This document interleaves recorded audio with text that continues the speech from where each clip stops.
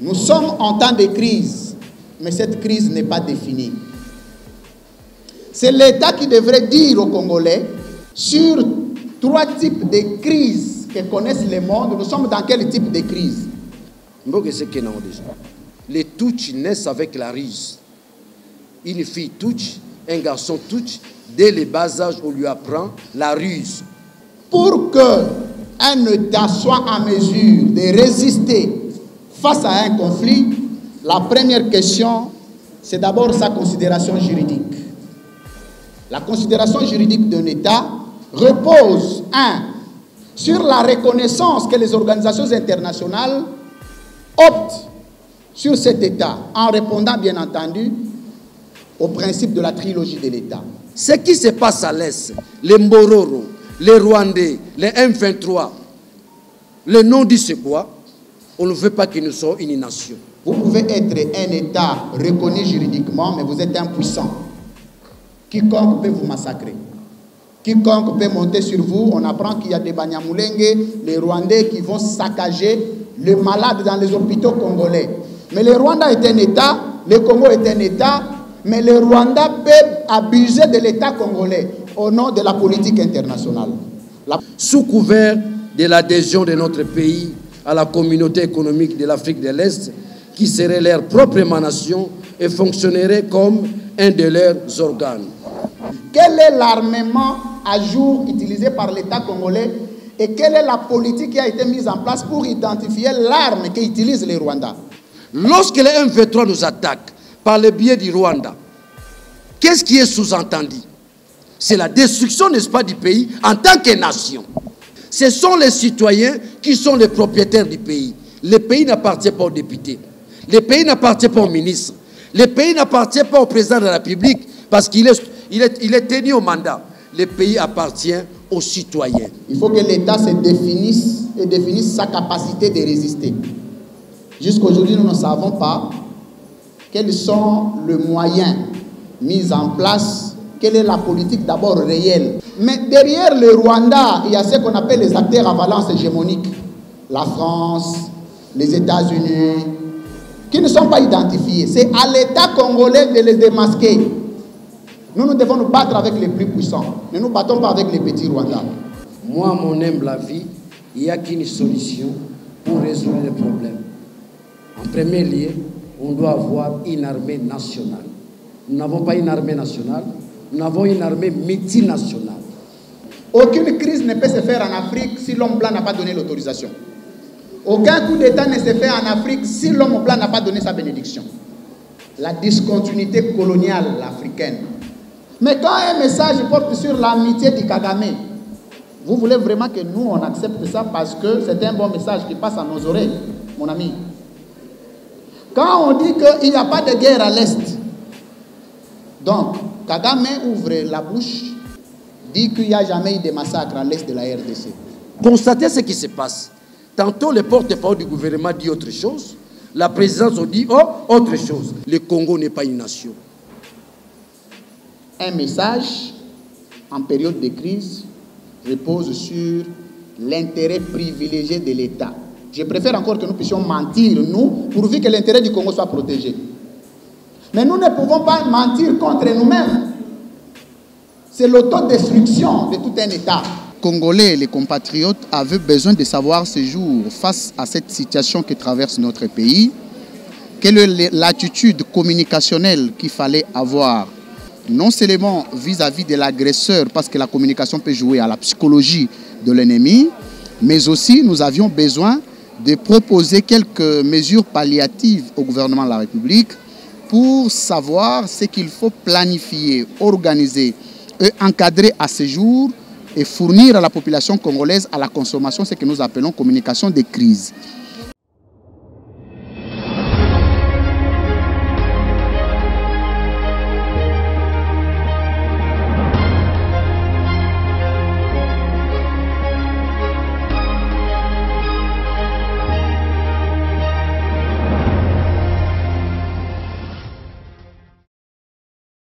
Fidèles internautes de www.Star Télévision, la chaîne des vérités, la chaîne qui vous informe à temps réel. Bonjour, bonsoir. Ça dépend de l'heure à laquelle vous êtes connectés, vous nous suivez de partout. Et voilà, là, nous sommes à l'université de Kinshasa. Nous sommes venus accompagner des orateurs du jour. Il s'agit bien de Louis-France Kouzikissa, qui est journaliste DG de la chaîne de télévision CML 13, mais aussi député national Daniel Safou sur cette conférence et débat sous le thème la communication à l'ère de l'insécurité, état des lieux, enjeux et perspectives. Je vous laisse suivre le déroulement de ces beaux débats. On se retrouve tout à l'heure. Je voulais ouvrir une petite parenthèse. Ne vous gênez pas, surtout vous organisateurs. Je serai scientifique. Il y a aussi un élément. Je suis le secrétaire général de l'association des épistémologues du Congo. L'épistémologie étant la science des sciences, je resterai scientifique. Je suis parti de l'intitulé thème communication à l'ère de l'insécurité, état des lieux et enjeux et perspectives. Loin de tout me présenter, j'ai aussi enseigné. J'ai enseigné au lycée Sacré-Cœur, j'ai enseigné à Don Petit, j'ai enseigné à Malandi, j'ai sillonné les écoles, n'est-ce pas, de la ville de Kinshasa. Donc je garde cette identité pédagogique dans la transmission, n'est-ce pas, de la matière. Je suis resté dans le contexte purement épistémologique. Moi, mon intitulé, loin, n'est-ce pas, de quitter le contexte. Wittgenstein, philosophe allemand, dit, quand vous quittez le contexte, tout ce que vous racontez, c'est du prétexte. Soyons dans le contexte. Le Congo en crise et en guerre. Mon exposé tire son fondement dans mon prochain ouvrage qui déjà touche à sa fin, le passé du Congo, le présent du Congo, le futur du Congo. Un ouvrage de 600 pages qui pourrait intéresser tout le monde. C'est là où je tire les éléments. En dehors de mon livre, les expériences. Je suis un des rares députés qui ait fréquenté, n'est-ce pas, nos militaires au front. Rappelez-vous, affaire Minembwe. Je suis dans la commission défense et sécurité. J'ai combattu le régime de Kabila durant 18 ans. Donc j'ai des repères de ce qui se passe aujourd'hui. Bien qu'on ne sait pas le dire, nous nous taisons, mais nous écrivons pour des générations futures. Suivez-moi calmement, vous allez découvrir certains éléments et certaines informations. Des informations pertinentes qui relèvent de la jeunesse. J'ai suivi les poèmes de l'ami. Il pose la question, je l'ai écrit, à qui la faute si les jeunes arrivent à échouer? Moi, je crois que la faute revient à l'État. L'État conçu dans la dynamique du premier parent. C'est l'État. Est-ce que l'État a mis les moyens? L'État a mis les dispositions? L'État a mis des structures en place pour que la jeunesse arrive à réussir? La réponse, vous en avez. On nous demande de ne pas être trop politique, mais on est lié à la politique. Le Congo en crise et en guerre. Une communication consensuelle, claire, responsable et engagée, tissée autour du patriotisme et de la conscience nationale. 1. Rappel historique sur la problématique des crises et des guerres endémiques. 2. Tragédie congolaise, le Congo, bombe de discorde internationale. 3. Période de crise et de guerre, une communication claire, responsable et engagée dans les processus politiques autour de la conscience nationale. Conférences et débats à caractère pédagogique et patriotique à l'endroit de la jeunesse et pour l'éveil de la conscience politique en vue de défendre les intérêts de la nation face aux velléités expansionnistes, certains de nos voisins cherchant manifestement à se tailler un grand empire au détriment de nos provinces à l'Est. Cet exposé est subdivisé en 3 parties, dont, soyons vraiment pédagogiques, nous allons comprendre quelque chose. Je voulais vraiment vous dire des choses, mais nous traversons un moment très difficile. Mais je vais lâcher les morceaux. Cet exposé est subdivisé en 3 parties, dont rappel historique sur la problématique des crises et des guerres endémiques. Vous avez tout intérêt de savoir pourquoi il y a toujours guerre, 20 ans de guerre. Deuxième partie, tragédie congolaise, le Congo, pomme de discorde internationale. Troisième partie, enfin, période de crise et de guerre, une communication claire, responsable et engagée dans les processus politiques autour de la conscience nationale. Nous avons mis en place une structure dénommée Peuple Souverain, PESO, un bureau d'études, un bureau de réflexion. C'est là où nous avons coulé toute la stratégie liée à la résistance. N'oubliez pas, je suis ceux-là qui ont fait pari avec le professeur Mbata afin de produire une réflexion.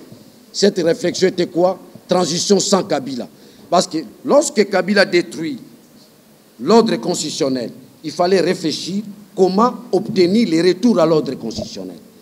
La Constitution étant le fondement de notre société, le fondement de notre pays. Quand on détruit la Constitution, vous êtes nulle part.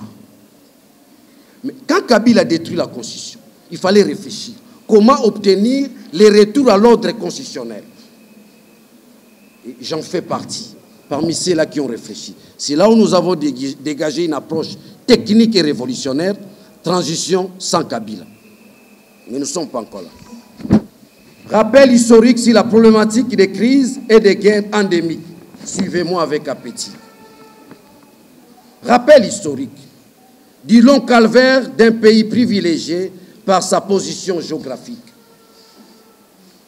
Couvrant une superficie de 2 345 000 km et limité par 9 pays voisins, dont au nord la République centrafricaine et le Soudan du Sud, à l'est l'Ouganda, le Rwanda, le Burundi et la Zambie.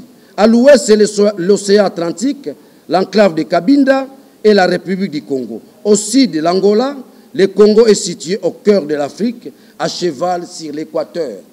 Si nous avons le temps, je vais vous parler de l'équateur.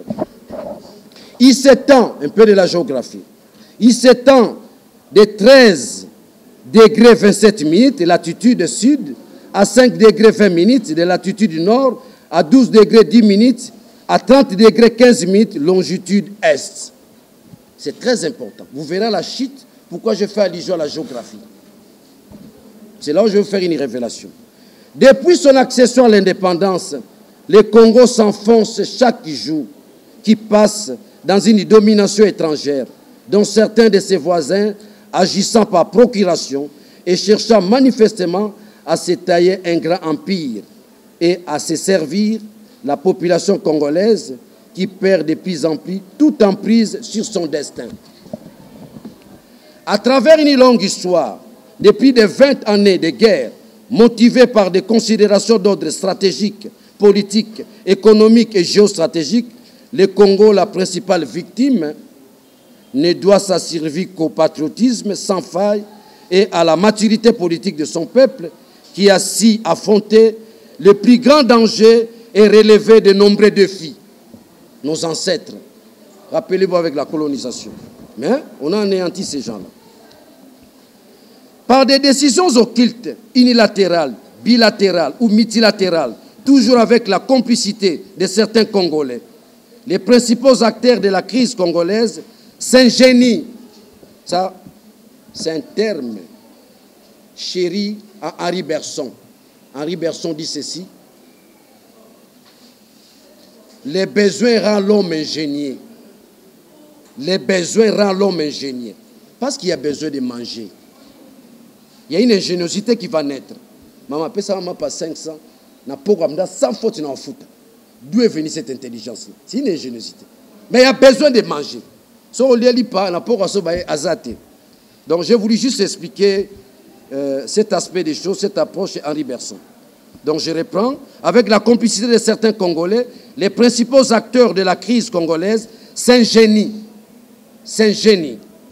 Jour et nuit, à amputer par étapes les territoires nationaux pour mieux les dominer et les réduire au silence.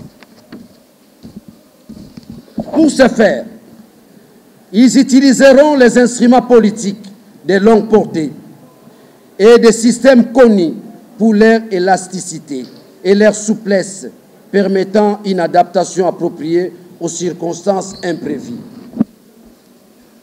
Faites un effort de me suivre. Les amis, il y a des professeurs qui sont ici, il y a des auteurs qui sont impénétrables. Quand vous lisez Père Hellman, même René Descartes, même Jean-Paul Sartre, tu peux lire de la première à la dernière page sans rien comprendre. Alors, ça nécessite de la concentration de l'esprit. Suivez-moi. Parce que vous m'avez refusé de parler politique, mon texte est masqué. C'est pourquoi la gymnastique liée au jeu des questions-réponses s'avère important. Mais pour que vous arriviez à cette étape-là, vous devez me suivre avec acuité. Enjeu et visée. Les points 1 2, je dis que mon expression sera pédagogique. Enjeu et visée. Les ressources minières du Congo. Pour mieux comprendre l'enjeu et les visées des tractations diverses, notamment celles se déroulant actuellement à Nairobi au Kenya, sous la coupe de la communauté économique de l'Afrique de l'Est, il n'y a qu'à parcourir la longue liste des entreprises étrangères et des groupes armés opérant sous l'autorité de certaines grandes puissances de ce monde, dont les acteurs principaux intéressés par les ressources minières du Congo, et notamment, je ne citerai pas les noms de ces entreprises. C'est un document qui sera publié, n'est-ce pas? Ceux qui vont acheter, ils vont connaître les noms de ces entreprises. Des entreprises. Lunden Group, Barrick Gold Corporation, aujourd'hui en deuxième pour la production mondiale de l'or, l'Anglo-American Corporation, AAC, d'Afrique du Sud, la plus importante compagnie minière du monde, abstraction faite des pétroliers. Il existe également des David qui affrontent des Goliaths sur ce terrain congolais en pleine crise. C'est le cas des petites sociétés minières. Autres encore des États-Unis, du Canada, d'Afrique du Sud, du Rwanda, de l'Ouganda, du Kenya, de la Tanzanie, de la Belgique, d'Israël. Je pourrais citer tous ces gens-là. Mais je vous ai gardé les noms des entreprises. Cette longue liste des entreprises opère à travers des protocoles savamment imposés, instituant des sphères d'influence au mépris de la légalité et de la morale. Bref, une série de précautions calculées dès le début pour éviter un croissant étanche qui risquerait de gêner les orientations futures, surtout lorsqu'il s'agira de l'exercice de l'autorité de l'État, si l'ensemble du pays en général et si les provinces de l'Est en particulier. Retenez les concepts, l'autorité de l'État. Parmi les grands axes aussi de la pensée politique de Etienne Tshisekedi. 1.3. Des portions du territoire national livrées aux forces d'occupation. Les amis, à la fin de cette conférence, vous allez vous rendre compte que vous avez une grande mission à jouer. Vous jeunes aujourd'hui. Une grande mission à jouer. Suivez-moi attentivement. Des portions du territoire national livrées aux forces d'occupation. C'est moi qui suis le président du réseau du secteur minier. Donc je maîtrise la mafia qui se passe dans ce monde-là. Des portions du territoire national ont été livrées aux forces d'occupation, déguisées en entreprises minières étrangères, en groupes armés, en rébellion et en libérateurs. L'AFDEL. Ils sont venus libérer le Congo. Lukuta. Dont le commandement situé hors du territoire national pouvait agir en tout temps sous sa propre responsabilité, en déterminant les zones d'opération et en créant à la fois les conditions et les combinaisons nécessaires. La délimitation devant s'effectuer ultérieurement et au moment propice. Dans cette capitale, suivez mon regard, les spécialistes se livrent à des découpages par l'intersection des parallèles et des méridiens. C'est comme ça au début, je vous ai parlé de la géographie. Les parallèles et les méridiens, quand vous prenez ceux qui découpent les pays, quand ils découpent une partie, ou bien le Sud-Soudan, le Sud du Nord, lorsque vous avez un pays, il faut qu'il y ait des méridiens, des parallèles, vous calculez tout cela, ça se calcule, confère la géographie. C'était où? Je disais tantôt, suivez mon regard, les spécialistes se livrent à des découpage par l'intersection des parallèles et des méridiens, occasionnant par là un verrouillage adéquat du pays conquis, préfigurant l'empire Imatuchi. Quand on parle de l'empire Imatuchi, les gens en parlent sans en avoir l'information. Moi, j'en ai l'information. C'est cette information-là que je vais vous donner, vous jeunes, pour que demain vous puissiez conquérir notre pays. Les armées d'occupation n'auront qu'à s'introduire pour manipuler et créer des failles dans les ethnies et les tribus et fomenter les divisions, par exemple, entre l'Hindou et Emma pour pérenniser l'occupation. Ajoutez à cela des aventuriers locaux, improvisés, politiciens, à la solde des groupements occultes, des marchands d'armes, des trafiquants, des explorateurs. Vous avez suivi Mbosso pour dire que parmi vous députés, il y a ceux-là qui collaborent, n'est-ce pas, avec les groupes armés, n'est-ce pas? Moi, je les appelle les petits politiciens. 1.4. Aréopage. Ça, c'est un terme purement grec. Aréopage international pour des grands enjeux stratégiques mondiaux. Suivez-moi. Bref, tout un aéropage au service de la science d'occupation pour lequel il ne reculera devant aucune besogne, on relève à ses propos la ruse politique, la diplomatie, l'art militaire, la persuasion. Pour ceux qui ont fait l'Est du pays, excusez-moi, les Tutsis naissent avec la ruse. Une fille Tutsi, un garçon Tutsi, dès le bas âge, on lui apprend la ruse. En première licence, nous avons débattu sur la ruse. Comment définir la ruse? C'est les mensonges, c'est l'intelligence, c'est une intelligence qui va au-delà. Là, chacun de nous, nous allons en débattre. La persuasion, celui-ci c'est mon frère. La corruption, l'infiltration des institutions nationales.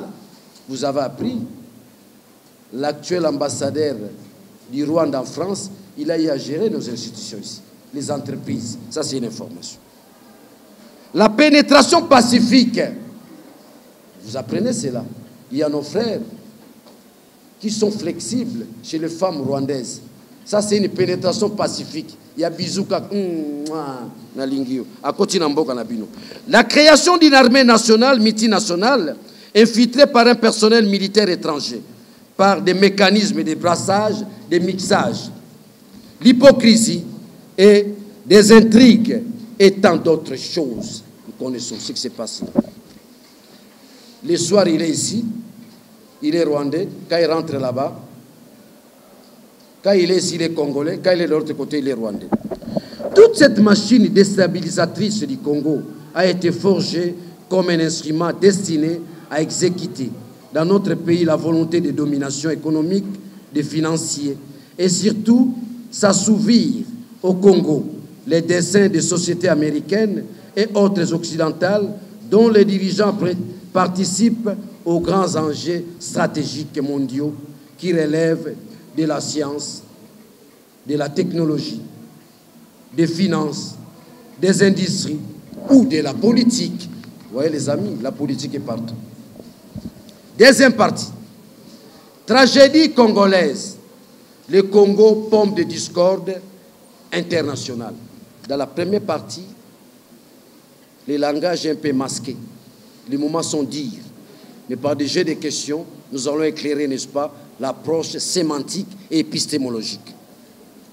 Tragédie congolaise. Le Congo, pomme de discorde internationale. Suivez les amis. Ces histoires, ça ne demande pas d'être diplomate ou journaliste. Ça fait partie de la connaissance citoyenne. Tout citoyen est appelé à avoir l'information de son pays.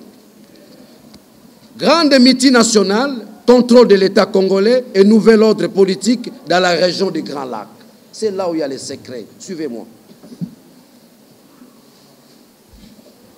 Ce qui note, hein? Point 2.1, grande multinationale, contrôle de l'État congolais et nouvel ordre politique dans la région des Grands Lacs. Donc, de ce côté-là. Fort de leurs énormes capitaux, ces grandes multinationales ont amorcé une lente et savante mutation dont la maturité correspond à la fois à l'imposition de leurs lois au gouvernement de notre pays, le contrôle de l'État congolais et aussi et surtout à nourrir désormais l'ambition de fonder un nouveau ordre politique dans la région des Grands Lacs, avec pour composantes majeures les provinces congolaises de l'Est, dont le Sud, le Nord Kivu et l'Ituri, en procédant à la création de nouvelles entités étatiques, dont l'empire Imatuchi, sous couvert de l'adhésion de notre pays à la communauté économique de l'Afrique de l'Est, qui serait leur propre émanation et fonctionnerait comme un de leurs organes. Le jour où le Parlement signe, n'est-ce pas, ou ratifie notre adhésion, n'est-ce pas, dans la communauté d'Afrique des pays de l'Est, correspond à l'imposition de leurs lois au gouvernement de notre pays. Les compteurs de l'État congolais, communication pendant cette période de guerre et de crise où se joue l'avenir de notre pays, une communication consensuelle, claire, responsable et engagée, tissée autour de l'invitation à renouer avec la voie des lumières, du patriotisme et de la conscience nationale. Je viens rapidement. Quelle communication pendant cette période de crise et de guerre où se joue l'avenir de notre pays? Daniel Saf répond. Un consensus national pour l'existence même du Congo. Une invitation à renouer avec la voie des lumières tracée par les pères de l'indépendance. Face au gâchis pour l'Afrique et pour le Congo, ainsi que les dommages provoqués par l'État fantôme et la sélection à rebours, au mépris, j'allais vous expliquer ce que moi j'appelle par l'État fantôme. Face au gâchis, je viens le point 1, donc je réponds directement à la préoccupation. Renouer avec la vision d'où est née la volonté de libération et d'indépendance. Point 2. Reprendre la lutte là où elle a été interrompue en conciliant notre peuple avec l'idéologie nationale. Point 3. C'est réinvestir dans la grande aventure humaine pour verser dans le patrimoine culturel commun de l'humanité son savoir-faire, son savoir-être. Nous les Congolais, ce n'est pas notre savoir-être, notre savoir-être. Qu'est-ce que nous apportons à l'humanité? C'est réinvestir du sens de l'engagement et du courage qui ont permis au peuple d'Afrique de triompher des agressions les plus violentes et les plus longues de l'espace humain grâce à leurs immenses ressources spirituelles. Et parce qu'on m'exige d'être bref, j'aimerais être bref en un mot. À l'heure actuelle, nous n'avons qu'une seule communication. La seule communication qu'on peut avoir à l'heure actuelle, c'est la construction, n'est-ce pas, de la nation. La construction de la nation. Ce qui se passe à l'Est, les Mbororo, les Rwandais, les M23, le nom dit c'est quoi? On ne veut pas que nous soyons une nation. On ne veut pas que le Congo soit un État-nation. Pour que nous soyons un État, nous devons avoir le contrôle, n'est-ce pas, de nos terres. Est-ce que nous avons le contrôle de nos terres? De l'autre côté, vous avez les Mbororo. Vous allez vers la Zambie. On veut nous prendre la partie de Tanganyika.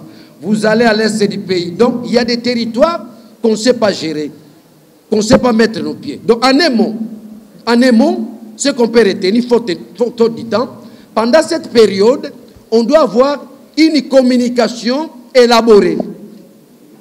Élaborée par ceux qui nous dirigent, une communication qui n'aura qu'un seul objectif, la construction de l'État-nation. Pendant cette période, qu'on construise la nation, les multinationales, ces monstres-là sans quai. Si je pose la question, j'ai ici, quel est le siège des multinationales? Ils sont où? Leur siège social et administratif, personne ne connaît. Mais c'est eux qui dirigent le monde. C'est cette partie-là qu'on vous a refusée. Mais allons droit, n'est-ce pas, à la conclusion. Pendant cette période où le pays est menacé, nous devons avoir une communication appropriée. Constatez ce qui se passe. Tantôt, le porte-parole du gouvernement dit autre chose. La présidence, on dit autre chose. Ceux qui vont au marché, la Mouka, du côté des Faoul, on dit aussi autre chose. Ça veut dire qu'il y a pluralité d'informations. Or, l'information, à l'heure actuelle, a une grande importance. Poutine est tenté de frapper l'Ukraine là-bas. Mais la France arrange de la communication pour dire que non, il y a des batteries, il y a ceci, l'Ukraine est en train de résister. Donc, pendant cette période, nous n'avons qu'une seule approche technique liée à l'information, c'est-à-dire la cohésion nationale. Doubler la construction, n'est-ce pas, de la nation. Les amis, excusez-moi, les gens refusent qu'on parle politique. Le Congo n'est pas une nation. Nous reviendrons dans les débats. Le Congo n'est pas une nation. Nous ne sommes pas un État-nation. C'est la mission que vous avez chacun de vous ici. Les jeunes d'aujourd'hui et de demain.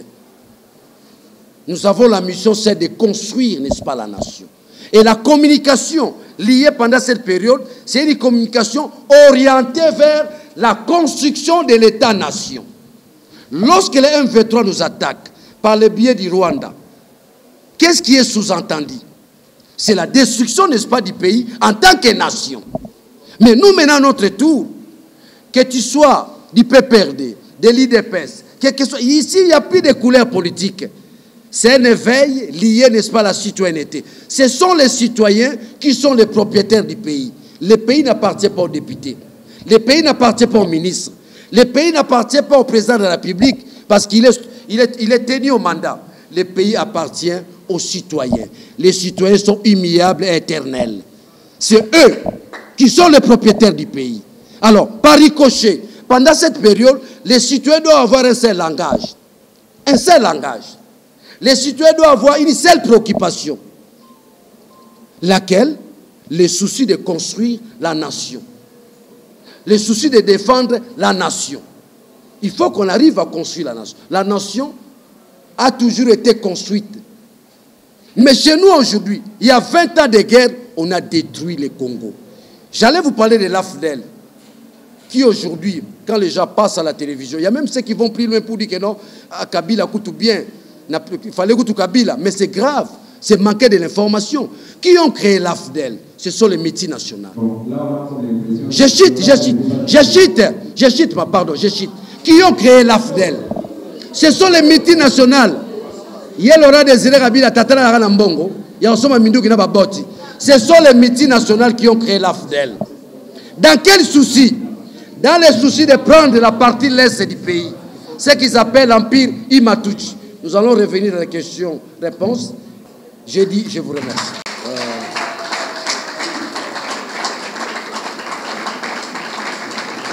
Merci encore une fois parce que vous avez fait preuve d'un sens du nationalisme et du patriotisme. Et au-delà de ça, seul le pays nous caractérise et nous apaise. Et au sortir d'ici, nous espérons que chacun de nous retiendra quelque chose d'important. Je vais faire un effort de ne pas avoir 25 minutes. À défaut, 20. Ça me suffira. Je vais parler du cadre théorique et conceptuel. La balise terminologique des concepts clés de la conférence d'aujourd'hui. Nous ne pouvons pas organiser une conférence si les concepts ne sont pas définis. Et je suis heureux ce matin, je suis dans la faculté du journalisme, donc de la communication. Et c'est vous qui êtes les premiers bénéficiaires de cette conférence parce qu'il y a les nouvelles définitions que nous allons accorder à notre thématique d'aujourd'hui. D'abord, nous allons tenter de définir la communication. 2, nous allons tenter de définir la crise. Et 3, nous allons définir la communication des crises en tas de guerre. Et nous allons proposer des solutions, nous allons nous limiter par là. La communication, il est vrai, à l'université, on nous enseigne la communication, la manière de rendre l'information, ce qui est tout à fait révolu. Cette définition a été bannie. Ça n'existe plus. Il y a une définition mise à jour que les institutions de la République doivent avoir pour commencer, parce que lorsqu'il y a même un porte-parole, un chargé de communication, il faut qu'il sache la définition de la communication avant même de la rendre. En résumé, la communication est le processus de la matérialisation et de l'existentialité partenariale entre objets cognitifs divers. Point. C'est-à-dire, on ne peut pas parler de la communication sans qu'il y ait des objets cognitifs. Et quand nous parlons de la cognitivité, nous parlons de l'intelligence, du savoir. Et vous, en principe, de cette faculté, deviez être des savants en cette situation. C'est vous qui deviez proposer des solutions au gouvernement de la République. C'est vous qui deviez dire à l'État ce qu'il devrait adopter comme communication en cette période. La crise, il est vrai que par plusieurs auteurs ont défini la crise comme tout événement non maîtrisé. Ça, c'est en géostratégie. Situation ou mouvement non maîtrisé. Mais il y a une nouvelle définition de la géostratégie qui définit la crise au regard de la vitesse de confrontation du monde. Crise comme bouleversement ou changement de tout acte, en bien comme en mal. Donc nous étions dans une situation de paix. Du moment où nous allons dans une situation de guerre, nous sommes dans une crise. Vous êtes dans une relation amoureuse. Le jour où votre tendre fiancé ou votre époux vous dit qu'il ne peut plus vous répondre au téléphone, vous êtes en crise. Mais le plus grand problème, ce n'est pas d'être en crise. Le problème, c'est de savoir comment il faut s'en sortir dans une crise. La situation de crise n'est pas qu'étatique ou para-étatique. La situation de crise est aussi interpersonnelle. Vous avez l'obligation, vous, d'avoir les stratégies qu'il faut adopter pour vous en sortir en temps de guerre dans vos familles. C'est ce qui vous fera expert lorsque vous aurez des responsabilités de l'État. Si vous n'avez aucune idée, vous-même d'abord, ici comme scientifique, de comment vous devez vous en sortir dans une crise, vous n'aurez aucune idée à proposer sur quiconque qui se retrouve dans une crise. Je ne sais pas si nous sommes d'accord. Alors, je vais vous proposer 3 éléments caractéristiques qui définissent une crise, pour savoir que nous sommes dans une crise. Le premier élément, c'est l'organisation de la crise. Quand vous êtes dans une crise, vous devez savoir comment cette crise est organisée. L'État, en temps de crise, il faut que l'État sache cette crise est organisée de quelle manière. Vous avez des conflits en famille, vous avez des conflits amicaux. La première question que vous posez, c'est de savoir comment cette crise est organisée. Première question. Deuxième question, la typologie des messages qu'il faut utiliser en temps de crise. Vous avez un ami qui ne veut plus de vous, vous avez un membre de famille qui entre dans une confrontation avec vous. Quel est le message que vous adoptez en cette période? 1. Si vous êtes dans une posture de persister dans une crise ou de résoudre la crise. Parce que la résolution de la crise, comme la continuité de la crise, dépend du message que vous adoptez. Si l'État n'a pas un message capable à adopter en période de crise, c'est lui-même qui définit soit que la crise persiste ou que la crise finisse. Il faut la mise en place d'un dispositif. Il faut mettre en place une politique réelle qui vous aide, vous, à vous sécuriser en temps de crise. Tout ce que j'ai dit ici, faites sa référence à l'État en termes de propositions, c'est que l'État devrait faire, parce que l'auditoire n'est pas politique. Un plan de gestion des crises.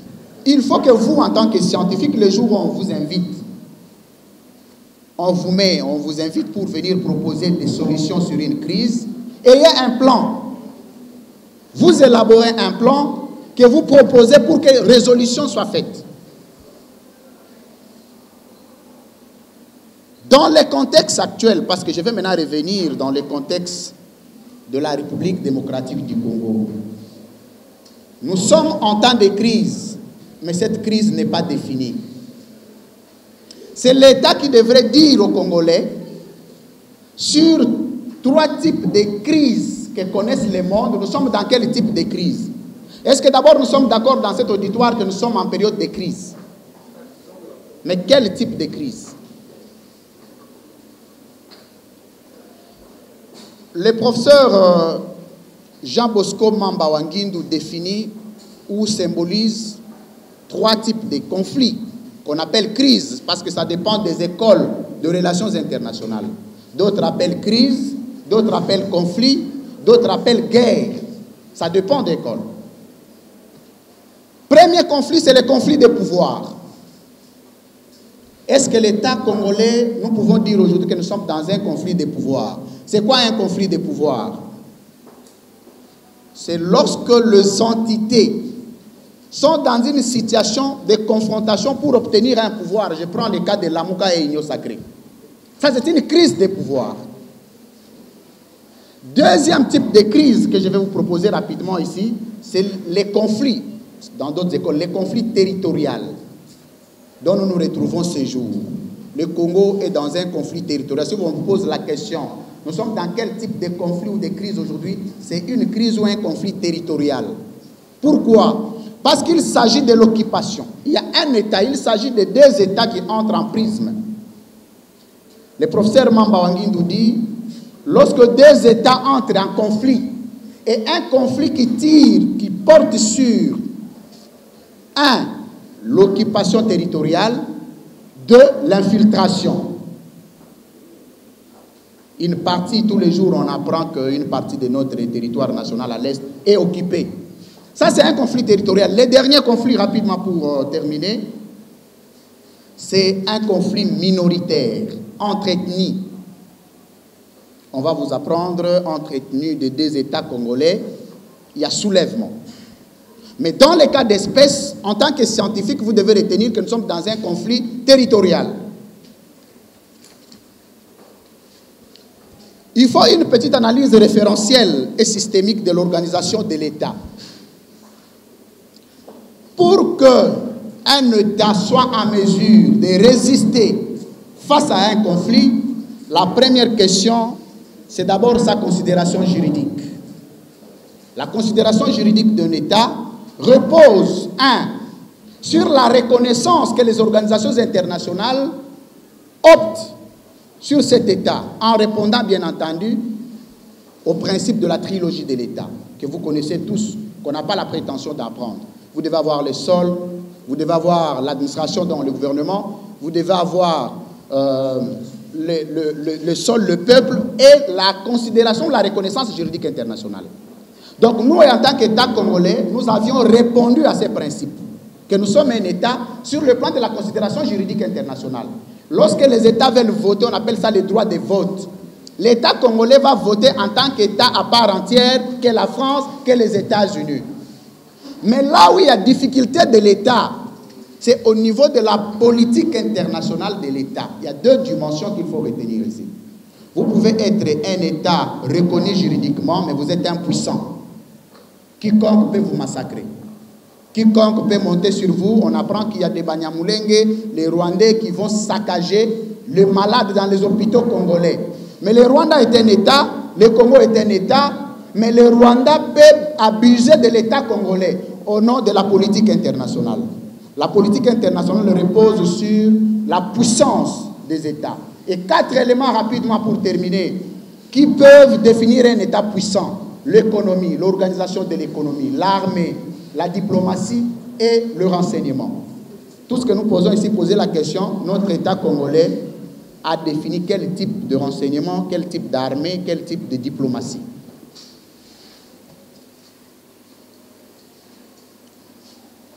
Il y a un problème pour notre pays.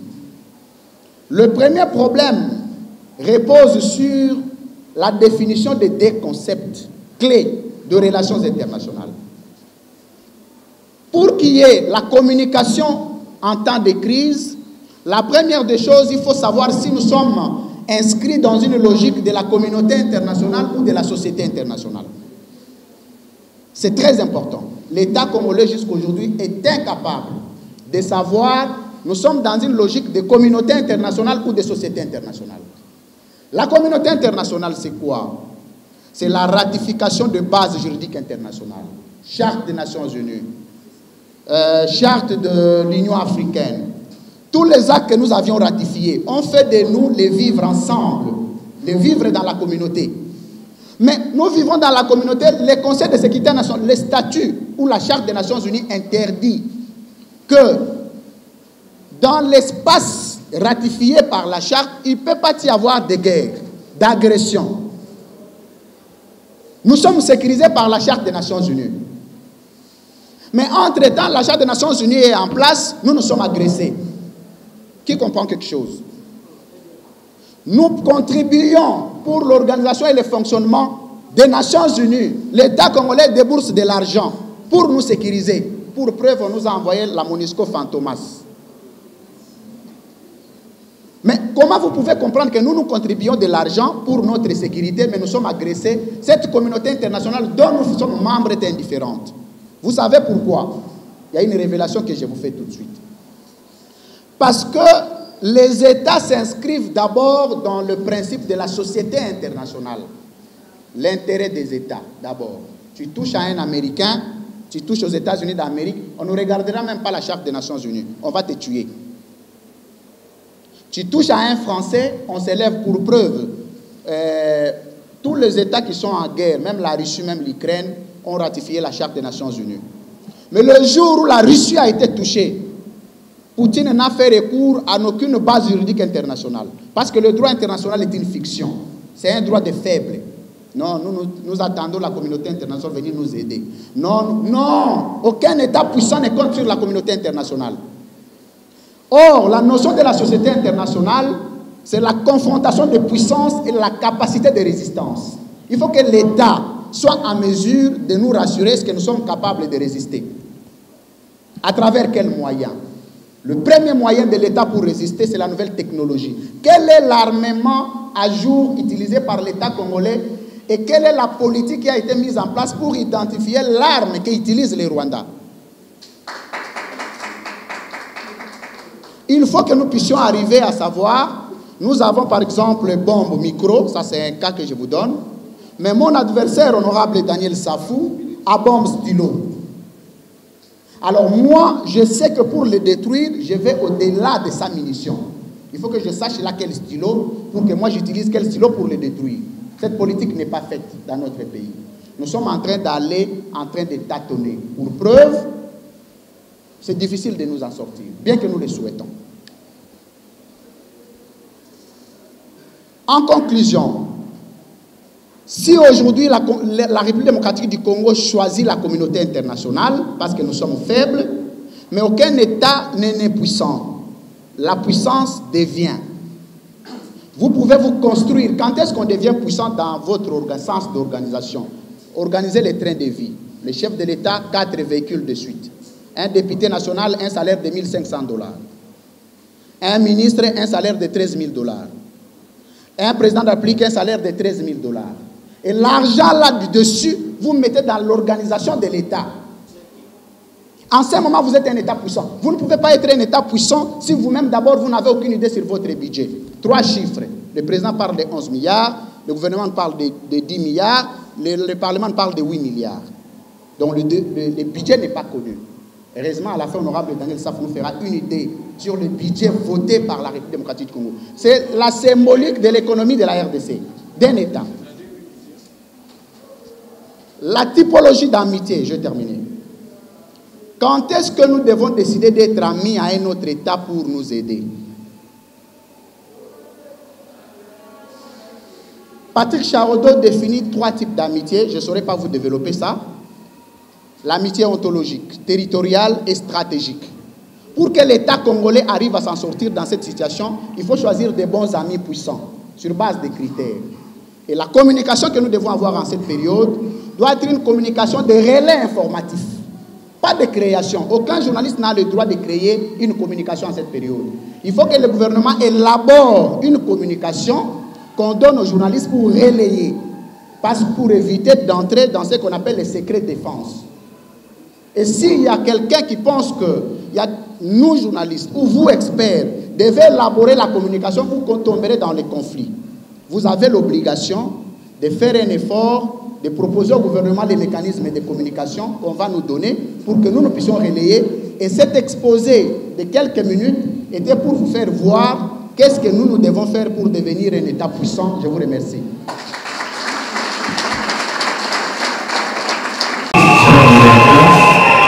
J'ai des petites questions. La première s'adresse à l'honorable Daniel Savou et la deuxième s'adressera à M. Louis France. Alors, l'honorable Daniel Savou, vous avez plus parlé de la société multinationale. L'honorable Daniel Savou, vous avez également parlé de sociétés multinationales et vous avez d'ailleurs affirmé que les sociétés multinationales n'ont pas de siège. Alors que les sociétés multinationales ont certainement des sièges, parce que les sièges des sociétés multinationales, ce sont des nationalités que ces sociétés-là apportent, c'est-à-dire là où elles ont été créées, alors que vous avez affirmé que les sociétés multinationales n'ont pas de sièges. Alors, puisque c'était question de parler de la communication à l'ère de l'insécurité, je me suis posé la question, l'honorable, quelle est la thèse de votre thèse? Merci beaucoup.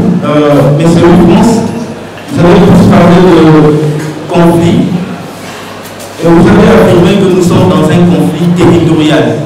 Alors que dans la typologie des conflits en relation internationale, nous les regroupons en catégories. Nous avons des conflits à la forme. Sur le plan forme, nous avons des conflits armés, non armés. Sur le plan de l'espace, nous avons des conflits internes et internationaux. Sur le plan des domaines, nous avons des conflits économiques, juridiques, politiques, etc. D'où vous classez votre type de conflit que vous avez appelé conflit territorial. Merci beaucoup. À l'honorable Daniel Savou. Honorable, vous avez parlé des David et des Goliath. Je voulais savoir, à ce qui concerne la communication, les David et les Goliath, quelle communication cela fait allusion? Comme question. Merci. Merci beaucoup. Il y a une question qui m'a été posée de savoir d'où je place les conflits. Certainement, on n'a pas eu le temps de définir tous les concepts de base, faute de temps. Les conflits n'est pas à confondre avec la guerre, selon les écoles. Les conflits n'est pas à confondre avec l'agression. Parce que l'agression est la conséquence du conflit. Il faut qu'il y ait conflit pour qu'il y ait guerre. Il faut qu'il y ait conflit pour qu'il y ait agression. Donc, quand vous parlez de... Il y a plusieurs formes et plusieurs types de guerres, d'agressions qui sont définis par plusieurs auteurs au niveau international, qu'on ne saura pas exposer ici. Mais c'est au gouvernement de la République de nous dire cette période que nous traversons, c'est quel type de période. Si c'est un conflit, le conflit est certifié, nous et les Rwandais, il y a crise, il y a une situation de conflit. Mais la période que traverse la RDC, c'est une période de guerre, d'urgence ou de siège, pour que nous puissions résoudre cette question de conflit. Un État qui est en conflit ne peut pas rester dans une situation habituelle, prétendant résoudre la crise. Il faut qu'il y ait des mesures restrictives définies par l'État à travers une ordonnance, soit proclamant l'état de siège, l'état de guerre, l'état d'urgence, qui sont les moments d'exceptionnalité constitutionnelle qui donnent pouvoir à l'État d'user de ses puissances régaliennes pour affronter un État. Ça devrait être organisé au niveau de l'État. Mais comme ce n'est pas organisé, ce n'est pas non plus à moi de l'organiser parce que je n'ai pas de pouvoir. Il y a une question qui m'a été posée de savoir ce qu'il faut faire pour pallier à la situation de l'Est. C'est ça, non? Oui, c'est ça. Alors, il n'y a que deux solutions. Identification du problème. Le problème n'est pas identifié. Des deux, il faut que l'État se définisse et définisse sa capacité de résister. Jusqu'aujourd'hui, nous ne savons pas quels sont les moyens mis en place, quelle est la politique d'abord réelle. Parce qu'il faut qu'il y ait une politique qu'on applique en temps de guerre. On entre au pouvoir avec ce qu'on appelle les programmes. Le jour où il y a un problème, ce n'est pas faire recours à X ou Y. C'est faire recours à son programme qui a prévu toutes les situations Vous faites recours à votre programme, vous regardez, qu'est-ce que j'avais écrit lorsque le Congo sera en guerre. Vous usez de ces moyens-là. Mais si vous n'avez rien écrit dans votre programme, mon ami, que voulez-vous que nous disions? Alors, il y a une question qui a été ici dit, quel type de crise nous sommes aujourd'hui? En principe, parmi les crises les plus récurrentes en Afrique, il y a d'abord une crise transversale, une crise multilatérale, une crise à géométrie variable. Ce sont des concepts qui sont définis par les relations internationales. Mais aujourd'hui, nous sommes dans une crise bilatérale, mais qui n'est pas identique, parce qu'il faut que l'État définisse. C'est quoi la crise bilatérale? Et bilatérale, ce sont des États qui entrent en confrontation et qui entrent, qui entrent en guerre.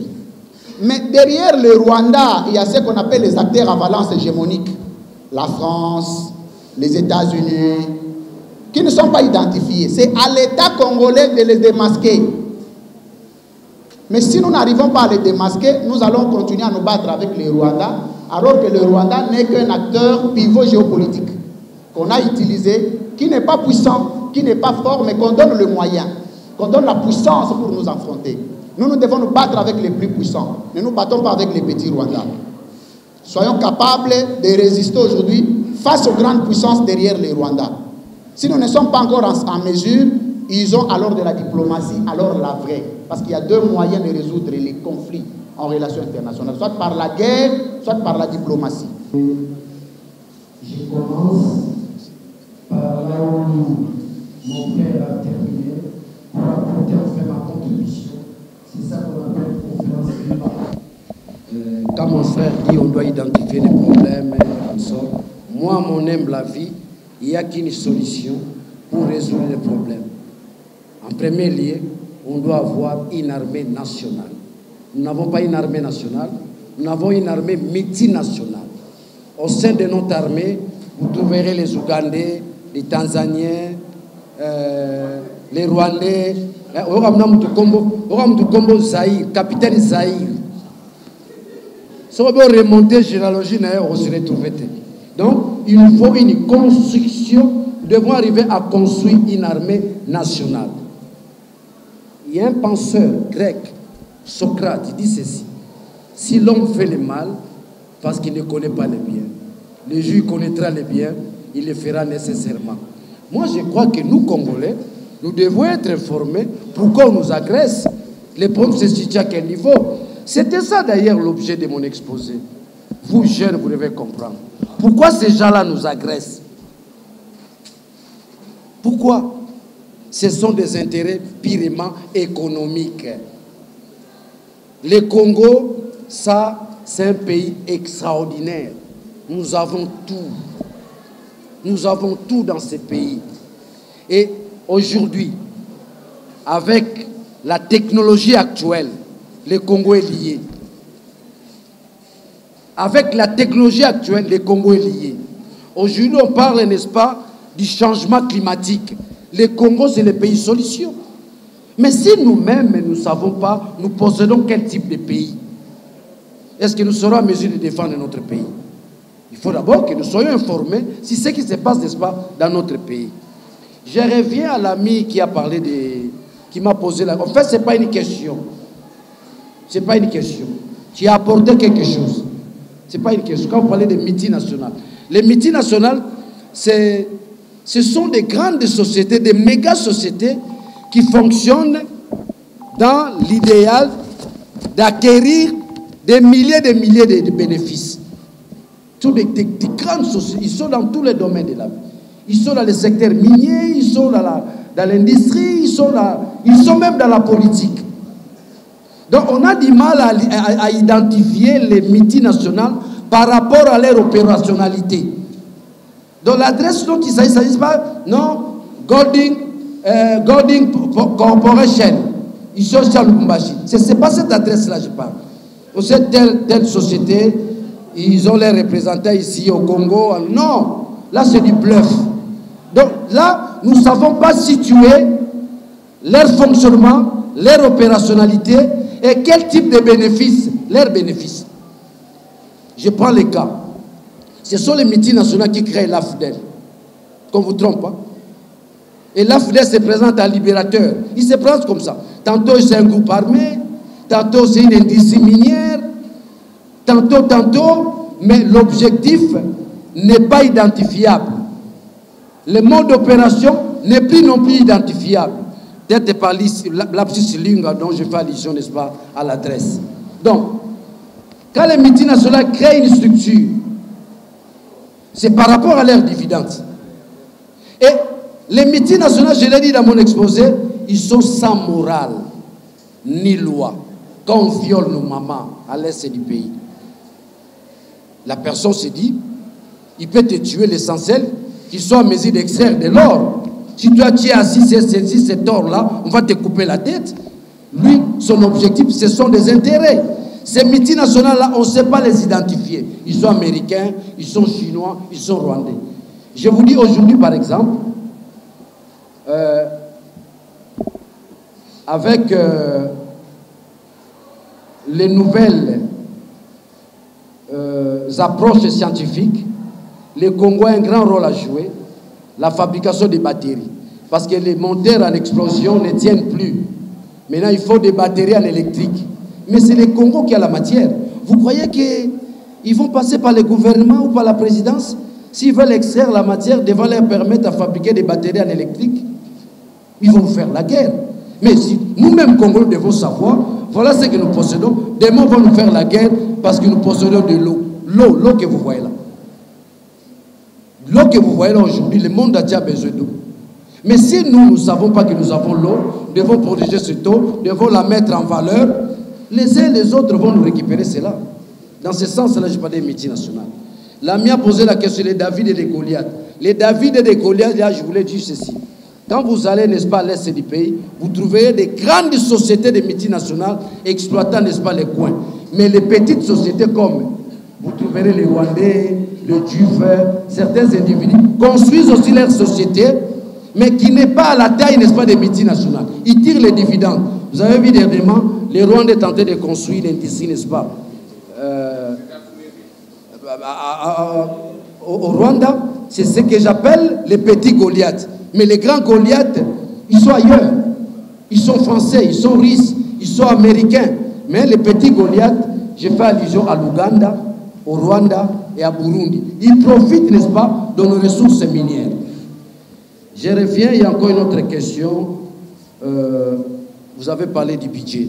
Vous me refusez de parler politique. Les amis, ce n'est pas un budget comme tel. C'est ce qu'on appelle des provisions budgétaires. Vous estimez que cette année, on peut mobiliser autant de recettes. Mais souvent, chez nous, c'est la rise. Nous n'avons jamais atteint, n'est-ce pas, les prévisions budgétaires telles que nous les votons. Nous nous disons, 2023, nous estimons avec les besoins, il faut de l'infrastructure, il faut aménager de l'électricité, mais dans une approche technique, DGI peut produire, tel secteur peut produire, alors on peut projeter un budget de 20 milliards. Mais souvent, on n'arrive pas. Il y a une certaine incapacité dans la mobilisation des recettes. Donc nous sommes un pays, n'est-ce pas, des paresseux, des inaptes, ça je vous dis, dans tous les domaines de la vie. On a du mal à mobiliser les recettes. Bon, la dernière préoccupation, je crois que c'est ça, il n'y a pas eu grand-chose. Je crois que j'ai répondu, tant soit peu. Je suis le coordonnateur national de l'ONG Poivre. Alors, je te pose une petite question, une à l'honorable Alex Satou et l'autre au directeur de France. Alors, honorable, je vous explique d'abord avec attention, parce que vous parliez, ma question est celle-ci. Premièrement, vous dites que la faute, ce qui se passe aujourd'hui, la faute revient à l'État. Alors, je ne sais pas, honorable, si, lorsque vous parlez de l'État, vous faites allusion au président de la République ou vous faites allusion et au président de la République, au gouvernement et au Parlement. Parce que vous venez de dire tantôt que vous êtes membre de la commission d'accord, commission sécurité et défense. Ce qui veut dire ce qui se passe à l'est de la République, vous savez, vous êtes aussi responsable d'une part. Alors, s'agissant du consensus que vous prenez pour régler dans la crise, Nous voyons que l'histoire n'est pas arrivée à ce processus parce que, en demandant, vous critiquez directement en disant que l'AFDEL, c'est parmi peut-être les causes majeures de la crise à risque. Alors, vous ne croyez pas que ce processus risque de ne pas apporter par tant de vos, si je peux dire, réflexions, vos recommandations de pas. C'est ça la question. Cette histoire pour le docteur Rivoire, j'ai une question aussi. Alors, lorsque vous parlez d'un message, qu'en temps de crise, il faudrait qu'il y ait un message de la part du gouvernement, de l'État, envers nous, la population, si je peux dire. Mais je suis un peu perdu parce que de quel message vous voulez? Parce qu'actuellement, il y a un message qui est passé. Est-ce que vous voulez que l'État puisse passer le message conformément à ce que vous voulez? Donc, l'État il peut donner des messages et que ce message-là peut être transformé. Pourquoi vous voulez seulement qu'il y ait un message qui est taillé sur mesure partant de votre volonté? Voilà un peu notre préoccupation. Ma question s'adresse à l'honorable Daniel Safou. Vous nous avez révélé que le Congo n'est pas une nation. Le Congo n'est pas une nation. Comment, ma question est de savoir comment parviendrons-nous à faire du Congo un État ou une nation pendant que la politique est en crise? C'est ça ma question.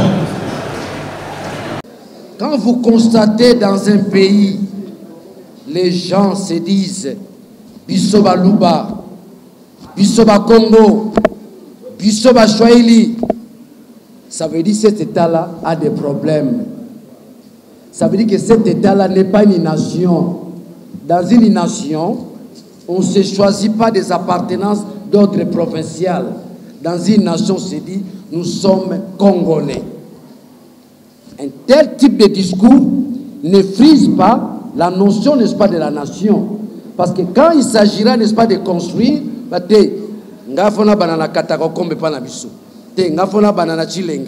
donc la nation c'est un tout. Comme me disent les sociologues, c'est un fait totaux et global. Alors, tu poses la question, comment on peut construire la nation? Mais nous sommes là pour ça, non? Vous êtes à L1. Demain, vous allez finir les études. Et bientôt, vous allez apporter votre contribution. Mais votre contribution va graviter autour de quoi? Je crois autour de la construction d'un État-nation. Un État-nation, tu n'apprendras jamais Bunagana et Kouei. Oh, bah, tu vas côté sur côté, oh,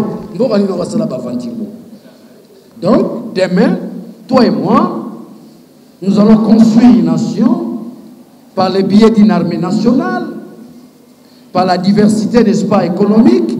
On va produire le coton, les minéraux, par une agriculture agressive où les gens... Vous savez que Ouganda a-t-elle l'autosuffisance alimentaire? Burundi a-t-elle l'autosuffisance alimentaire? La Côte d'Ivoire, bientôt, va atteindre l'autosuffisance alimentaire. Je reviens maintenant à la préoccupation de l'ami. Mon ami, nous sommes dans une période difficile. Je n'ai pas critiqué l'État. Je n'ai pas compris votre question. Vous donnez la faute à l'État. Mais est-ce que l'État existe d'abord? Nous avons un État dans ce pays. Ou c'est un groupe d'individus qui s'organisent, qui nous accompagnent. Dans un État, l'État construit sa jeunesse. Il y aurait des bourses. Dans un État, l'État construit des routes. Dans un État, Karl Marx dit, l'infrastructure est le fondement de tout. Nous ne pouvons pas parler, n'est-ce pas, de l'appareil étatique sans qu'il y ait son fondement. Le fondement, sont des infrastructures. Dans notre pays, on a problème de routes, on a problème d'eau, on a problème d'électricité. Mes amis qui sont ici à L1, LD, à son temps, quand l'État existait, l'étudiant avait sa bourse. L'étudiant avait sa restauration. Pendant la pause, il va manger un peu de foufou. Donc, un État existe avec des a priori. Lorsqu'il n'y a pas ces a priori-là, nous ne sommes pas un État. C'est pourquoi, pendant cette période, nous devons avoir une communication type, celle de construire, n'est-ce pas, l'État-nation, dans ce sens-là. Donc, dire que je donne la faute à l'État, vous avez dit quelque chose là, moi-même je suis responsable. Vous avez suivi ma dernière intervention, je profite aussi pour répondre. Lorsqu'on ratifiait notre adhésion, n'est-ce pas, dans la communauté de l'Est, j'ai pris la parole au Parlement. J'ai dit non, nous avons tendance à pointer les doigts au Rwanda. L'Ouganda aussi nous fait du mal. Moi, je crois qu'on peut ratifier tout en dégageant une parenthèse qui relève, n'est-ce pas, de l'Ouganda. Donc, je crois que face aux générations futures, j'ai décliné ma responsabilité ce jour-là devant Mbosso et devant la nation, dans ce sens-là. Alors, je reviens à l'ami qui est scientifique, qui dit discours et acte. Il y a toujours un écart là-dessus. Vous savez, lorsque nous parlons de la communication, à un moment donné, il y a l'ami qui a posé la question sur les concepts. Il faut faire attention avec les concepts. C'est dans une approche classique. Quand nous films jeunes, on nous donne un sujet de dissertation, il faut définir les concepts et vous poser les problèmes. Mais non, non, non. Nous devons évoluer sur les plans scientifiques. Vous voulez qu'on définisse les concepts. Je suis étudiant en droit. J'ai appris ce qu'on appelle l'objectif. L'objectif. Mais mon professeur de droit, Ngondanko, il me dit, en droit, l'objectif a une autre définition. Mais c'est le professeur dit, Ngondanko, il dit, en droit, l'objectif a une autre définition. Donc il faut faire très attention de tomber, n'est-ce pas, dans les définitions des concepts. Par contre, il faut vider les contenus sémantiques du concept et en dégager la compréhension. C'est beaucoup plus rapide, beaucoup plus compréhensif. Mais c'est lorsque nous parlons de la communication, vous dites qu'il faut les discours, entre les discours et les actes. Mais les discours entraînent aussi un comportement. Les discours entraînent un comportement. Alors, notre comportement serait quoi? Notre discours, je l'ai répondu d'ailleurs, notre discours doit avoir une seule orientation. Celle du patriotisme, l'amour du pays. Nous devons aimer la patrie. C'est ça notre discours. Notre comportement doit être quoi? Les actes. On ne peut pas poser des actes. J'ouvre une petite parenthèse. Chez les Romains, par exemple, un Romain, quand il se retrouve en dehors de Rome, il vante César. Il dit César est bon. Voilà la communication des Romains. Il dit César est bon. En Rome, on est bien. Nous mangeons 3 fois. Mais quand il rentre à Rome, s'il est plein de terre, il dit César est méchant. César est dictateur. Est-ce que Dieu ne peut pas rappeler l'âme de César? Ce monsieur est en train de nous faire souffrir. Nous mangeons très mal. Nos enfants ne savent pas aller à l'école. Est-ce que Dieu ne peut pas rappeler l'âme de César? Voilà les deux discours du Romain. En dehors de Rome, il y vante, il fait preuve du patriotisme. Il fait preuve de l'amour de la patrie. Mais quand il est à Rome, il attaque César. C'est pour nous aujourd'hui. Les discours qu'on doit avoir et l'exact qu'on doit poser doivent graviter autour, n'est-ce pas, du patriotisme. L'essence et l'essence. Essence au sens du verbe essayer, essayité, dans ce sens-là. Le scientifique du monde n'a atteint la solidité scientifique. Mais la science repose sur l'humilité. Repose sur la compréhension de l'autre et sur la discontinuité des recherches. Donc après ici, tous les concepts évoqués par l'honorable Safou, moi je vais continuer des recherches. Lui autant, vous aussi. Et car les pauvres disent la science évolue à l'essai et à l'erreur. Très bien.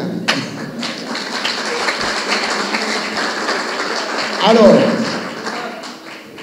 vous avez le chef d'État de demain dans cette salle. Vous avez le ministre de demain dans cette salle. Et vous avez même les porte-parole du gouvernement en 2023 dans cette salle.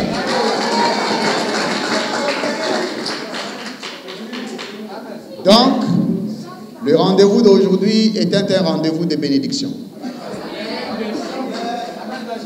Il y a une question qui m'a été posée par notre... Je vous appelle ici collègue parce que vous êtes des scientifiques. Ici, nous sommes des collègues. Un collègue m'a posé la question de savoir quel type de crise. En soi, ce n'est pas aux scientifiques de donner du contenu à la crise que traverse un État. C'est à l'organisation de l'État de se définir selon les types de crises qu'il traverse. Nous pouvons donner un sens scientifique, l'organisation épistémologique. Mais c'est à l'État de savoir, parce que ce qui se passe maintenant à Bunagana, moi je ne sais pas. Ce qui se passe maintenant à l'Est, au Nord et au Sud Kivu, nous ne connaissons pas. C'est à l'État de nous dire maintenant, au regard de ces informations, qu'est-ce qui se passe pour que nous puissions donner une forme scientifique. Pendant que cette communication ne nous est pas transmise, nous serons dans un flou. Et là, nous tomberons dans les supputations, dans les affabilations, les approximatifs. Or, la science, c'est la véracité, c'est l'exactitude. Quand vous êtes, c'est l'universalité. Que vous soyez à l'université de Kinshasa, que vous soyez à l'IPEN, que vous soyez à l'IFASIC, la communication a la même définition. Que vous soyez en France, la science a une même définition. Et cette définition a été proposée par quelqu'un. Et aujourd'hui, c'est l'État qui doit nous proposer les types de crises que nous traversons. Nous allons maintenant mener des analyses scientifiques si c'est vrai ou faux. Il y a une question par l'autorité académique qui m'a été posée ici de savoir quels sont les acteurs. Nous avons 3 acteurs qui entrent en ligne de compte dans l'agression de la RDC. 3. Il faut les retenir définitivement. Ce n'est même pas les Rwandais. Le Rwanda n'est pas notre agresseur. Il y a ce qu'on appelle la typologie d'acteurs en relations internationales, dans une crise. Premier acteur, c'est l'acteur géostratégique, les grandes puissances mondiales. Aucune crise ne peut se faire en Afrique si l'homme blanc n'a pas donné l'autorisation. Aucun coup d'État ne se fait en Afrique si l'homme blanc n'a pas donné sa bénédiction. La discontinuité coloniale africaine, il y a tout un livre qui existe dessus.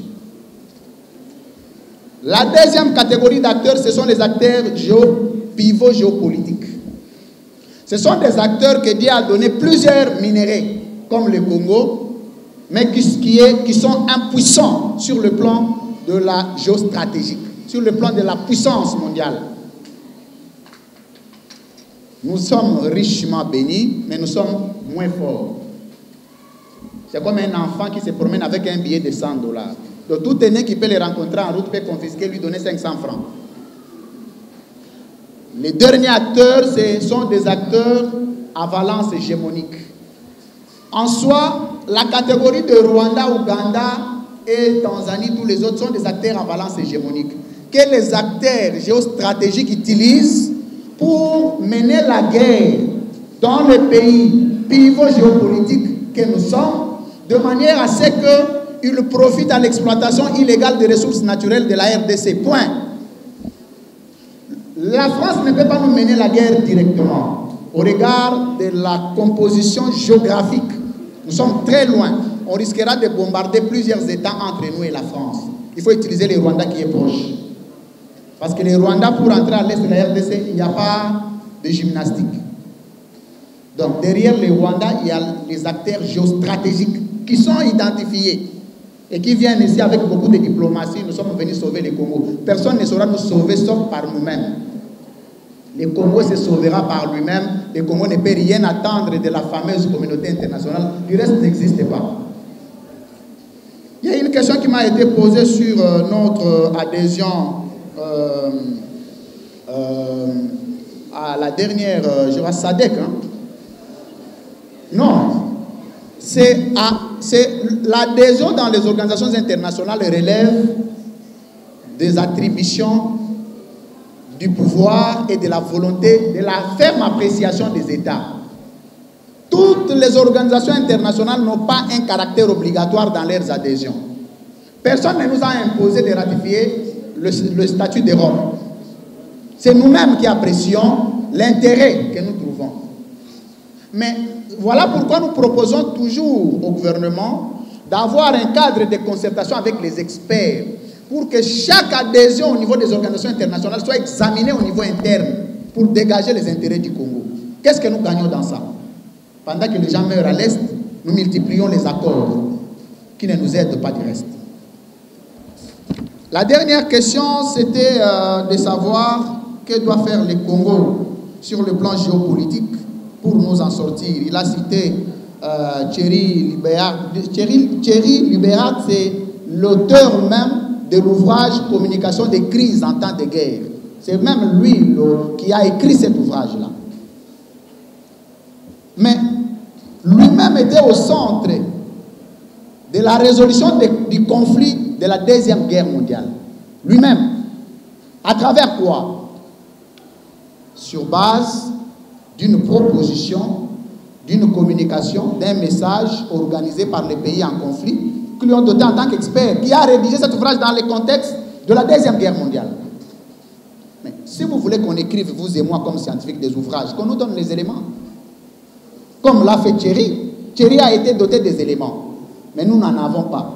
Parce qu'on parle du secret défense. Quel discours? Il y a mon collègue qui m'a demandé si est-ce que les messages devraient me plaire, moi. Non. Il y a ce qu'on appelle l'universalité de la science. La vérité. La science repose dans la vérité. Donc, un message qui est vrai, que tu sois opposant, que tu sois de la majorité, tu l'acceptes. Mais quand un message porte sur l'amitié du Kagame, vous voulez vraiment que nous, on accepte ça parce que c'est un bon message qui passe à nos oreilles, mon ami. Quand on dit qu'il n'y a pas de guerre à l'Est, donc Kagame ouvre la bouche, dit qu'il n'y a jamais eu de massacre à l'Est de la RDC. Et on veut prendre ça pour un message. Quand on dit que c'est tout à fait normal parce que nous avons 9 voisins, on doit nous agresser, c'est un message. Un message en période de crise repose sur l'intérêt privilégié de l'État. Je préfère encore que nous puissions mentir, nous, pourvu que l'intérêt du Congo soit protégé. Mais nous ne pouvons pas mentir contre nous-mêmes. C'est l'autodestruction de tout un État.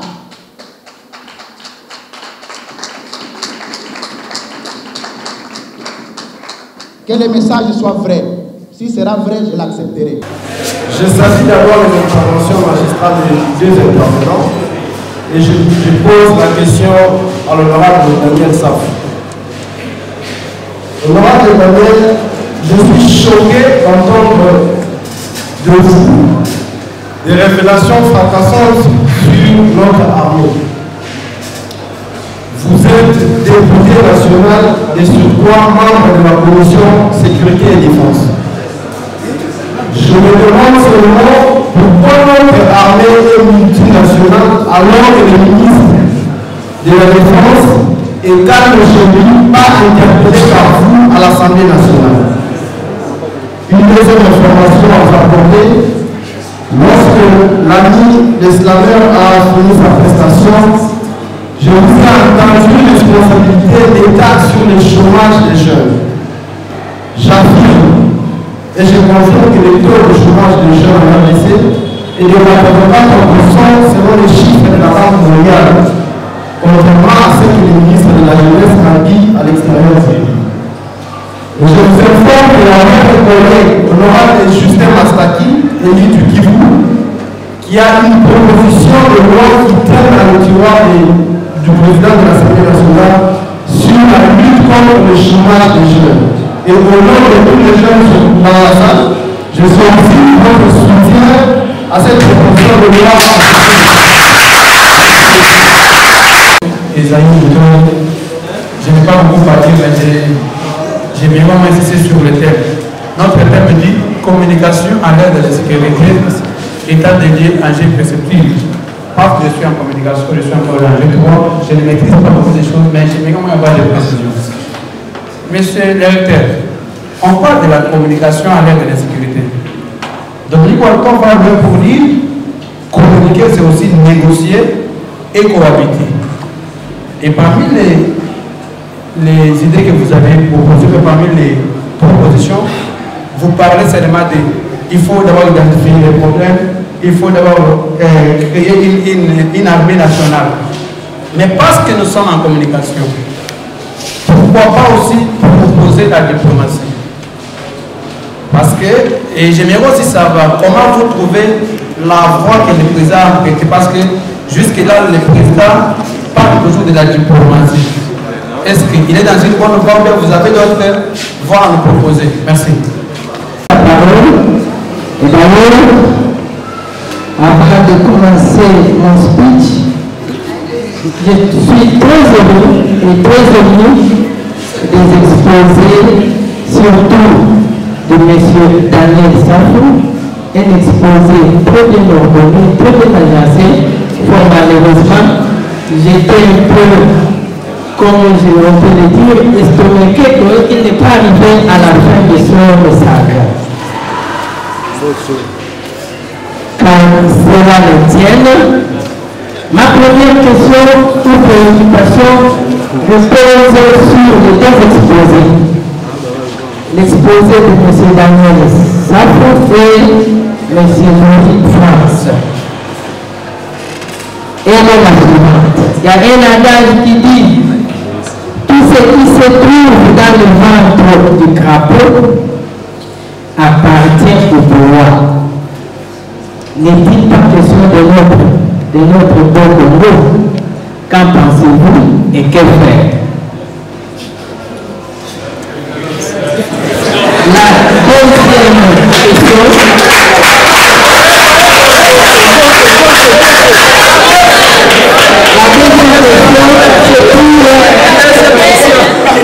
La deuxième question, c'est adressée à M.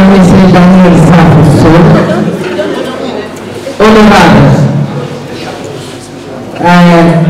conformément à la tragédie congolaise, je vous ai entendu proposer quelques remèdes, parmi lesquels il faut investir dans l'homme, construire une nation et avoir une communication élaborée, avoir un seul langage, une seule idéologie et un seul objectif, construire l'État. Ma question est la suivante.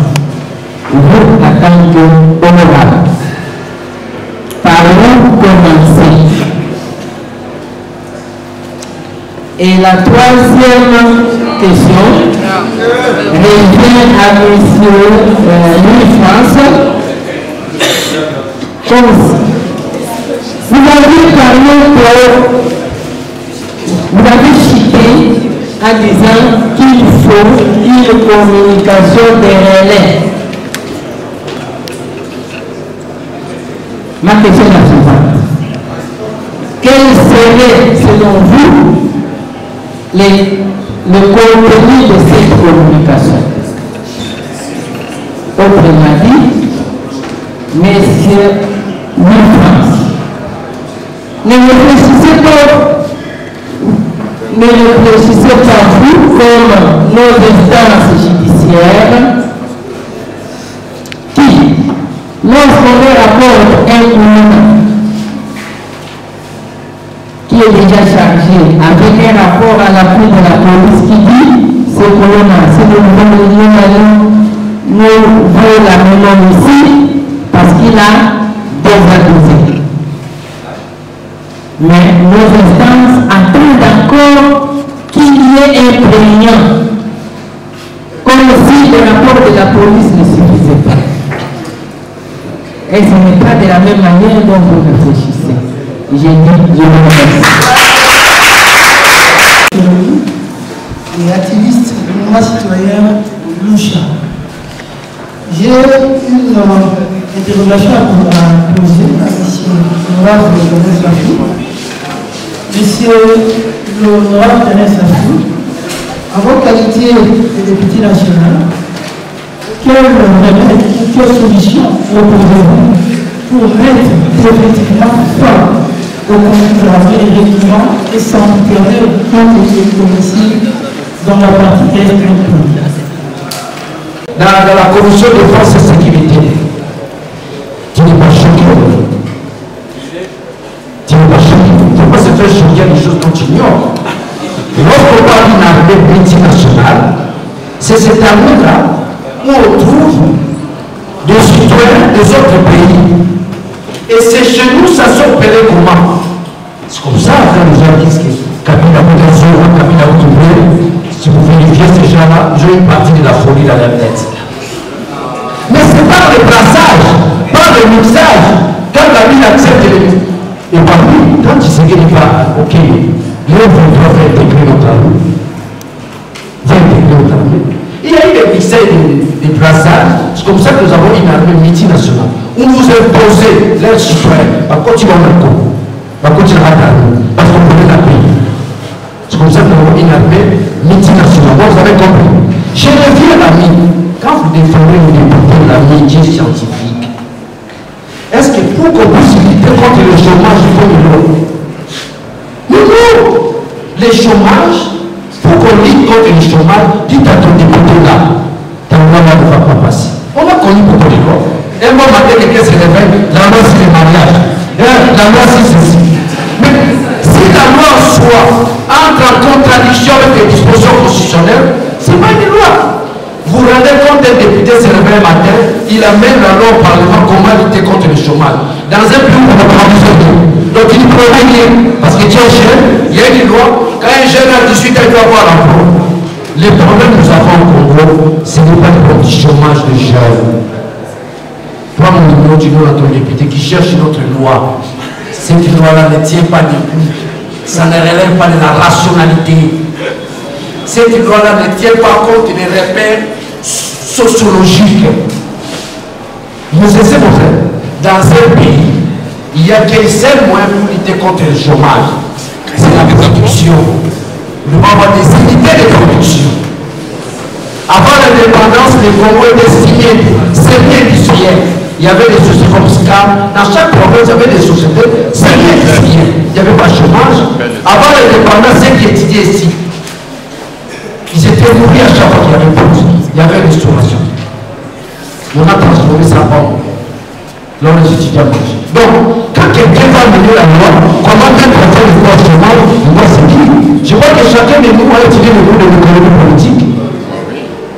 Nous avons une idée de l'économie. Dans un pays, il n'y a pas d'économie. Et on ne sait pas aussi identifier quel type d'économie que nous avons. Vous parlez de la lutte contre le chômage. Mais c'est grave. Comment cela va aménager notre économie? Donc, pour cette économie-là de l'homme, nous sommes dans quel secteur? Nous sommes dans le secteur minier, nous sommes dans l'agriculture. Vous savez, c'est vrai, les jours où nous allons relancer l'agriculture, il y aura le chômage des jeunes. Les jours où il y aura relance de l'agriculture. Mais malheureusement, c'est que l'agriculture du pays, souvent commence par le sol de mouton. Vous devez commencer par l'agriculture. Donc, dites à ton député qu'il y ait des unités de production, une forte production, cela va entraîner les besoins du travail. Et partant de ces besoins, on va engager les jeunes. Il faut faire attention. La jeunesse est une priorité. Nous ne pouvons pas en faire un capital, un discours. Nous les jeunes. Je connais un qui est devenu ministre dans ce discours-là. Ah, j'ai déjà pensé à le jeune du Congo. Je reviens à l'armée, toujours sur l'armée. Je suis dans la commission de défense et sécurité. Nous n'avons pas une armée nationale. Quand tu dis qu'on va intervenir, n'est-ce pas, les ministres? Non. Vous avez raison de ce que vous ignorez. Vous avez raison de ce que vous connaissez. Nous avons tort de ce que vous ignorez. Lorsqu'on interpelle le ministre de la Défense, on appelle ça secret défense. Ça, c'est pas ça le tout. Ce sont des affaires sensibles qui touchent, n'est-ce pas, la vie de l'État. On en discute pas en public. Tu es d'accord avec moi? Ce n'est pas dans la Coran où Goliath, Protagoras, Socrate pourraient discuter de la science au vieux aux yeux de tout le monde. Là, c'est l'armée. Je reviens à la question, l'ami me pose, quelle solution pour mettre fin à la partie Est? La solution est simple. Il faut que nous soyons un État puissant. Il y a les élémentaux qui se dégagent pour que vous soyez considérés comme étant un État puissant. L'intelligence que vous voyez, c'est aussi un des facteurs. L'intelligence que vous voyez. Mais de manière matérielle, on doit avoir une armée nationale. Dans une armée, il y a plusieurs ramifications. Je vous prends aujourd'hui, dans notre armée, nous n'avons pas de paracommando. Il n'y a pas de spécialité. Il n'y a pas de paracommando. Il n'y en a pas. Dans notre armée, nous n'avons plus de pilotes de guerre. L'actuelle armée. Et Kabila, à 18 ans environ, n'a pas pu construire l'armée nationale. Par contre, il a fait tout ce qu'il a fait. C'est l'homme tombe.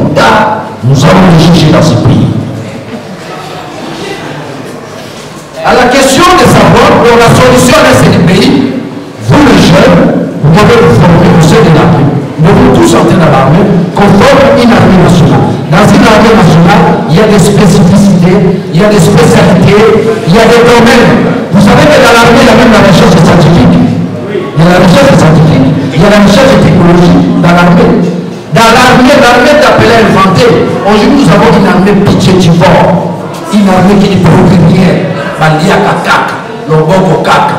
Or, à son temps, si vous connaissez l'histoire, Maté Sabasuka, notre armée produisait. Il y avait une agriculture. Notre armée produisait. Notre armée avait des médecins. Vous allez à Maman ou la plupart de Vitamolon, c'était des médecins de l'armée, de notre armée. Mais aujourd'hui, vous en trouverez encore. Non, génie militaire. Vous avez un ingénieur comme on est à soi dans la carte des Imani. Même pour toucher les studios, un général. Ah, si ma pique. Si ma pique, nous avons des officiers qui sont devenus officiers par brassage. Pour la même dit général Nazara, par mixage à l'épreuve général. Nous avons dit qu'on est Nazara. Ça, c'est là où nous avons détruit notre armée. Et si les Rwandais nous attaquent par le biais du M23, pour votre information, on ne fait jamais la rébellion sans être appelé par un pays. Donc, aujourd'hui, on peut dire les Rwandais soutiennent le M23. Parce que les Rwandais ont toutes les informations sur nous. Quand les Rwandais n'ont pas de spécificité, ils n'ont pas de spécialisation sur notre armée. On peut les attaquer à tout. Je reviens. Le doyen a posé une question savante. Il dit tout ce qui appartient du ventre du drapeau appartient au roi. Vous avez raison. Nous sommes partis. Nous sommes victimes des accords de Berlin, des traités de Berlin. Là, on a partagé le Congo. Le Congo a été partagé comme étant un bien. Géré aussi comme étant un bien. Mais c'est à la personne qui dit Kabila était là, je vous réponds rapidement. On ne met pas les doigts dans le narine. Donc je m'adresse à la personne qui dit que Kabila n'était pas là. Vous m'avez laissé. Ce que vous avez dit, c'est pas bien. Oh, c'est lui qui soutient que Kabila a un problème avec sa tête. C'est pas bien. Vous ne laissez pas terminer, monsieur. Je vous fais une question. J'en donnerai encore plus, ça va tenir encore davantage. On a passé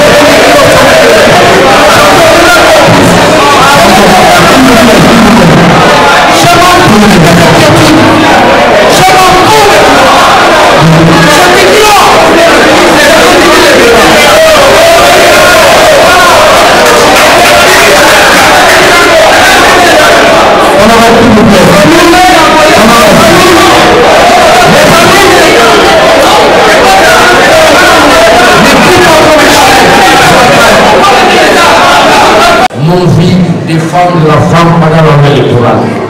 Je voudrais honorer nos femmes présentes ici. Nous avons des discussions. Les femmes qui sont ici, je voudrais faire quelque chose. C'est une façon de vous encourager.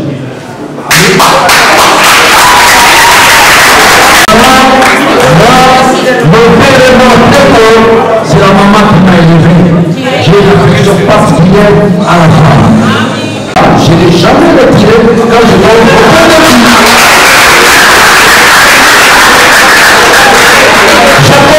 j'ai compris à la nage. J'ai compris à la nage.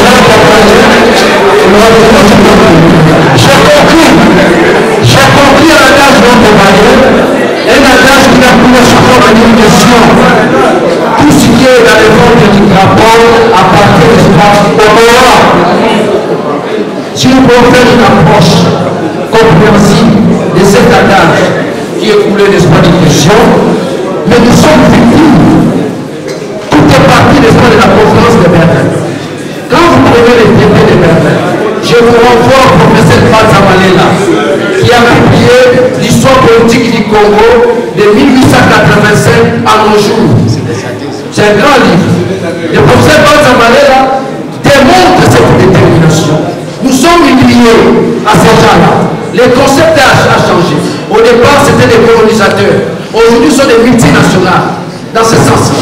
C'est le concept qui change. J'ai conclu par là, les amis. Loin de vous choquer. Hier, c'était AFBEL. Il y a des sous-branches. Aujourd'hui, c'est PPRD, CNDP, M23, ce sont des proches, n'est-ce pas? Ah frère, si un chef de il est candidat au pouvoir, tu n'as pas construit les arts,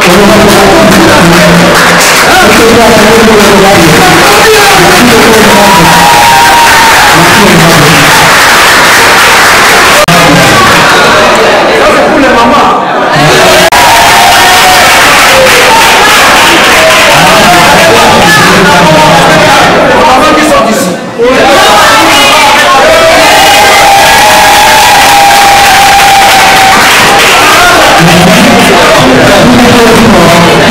On bâtira ces pays par des contradictions.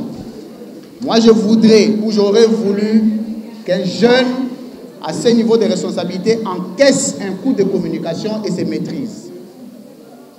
Vous ne bâtirez jamais ces pays par des agitations. Je voudrais vous rassurer dans cette salle que le jour où vous avez la capacité d'écouter ce qui vous fait mal et vous taire, vous êtes devenu grand.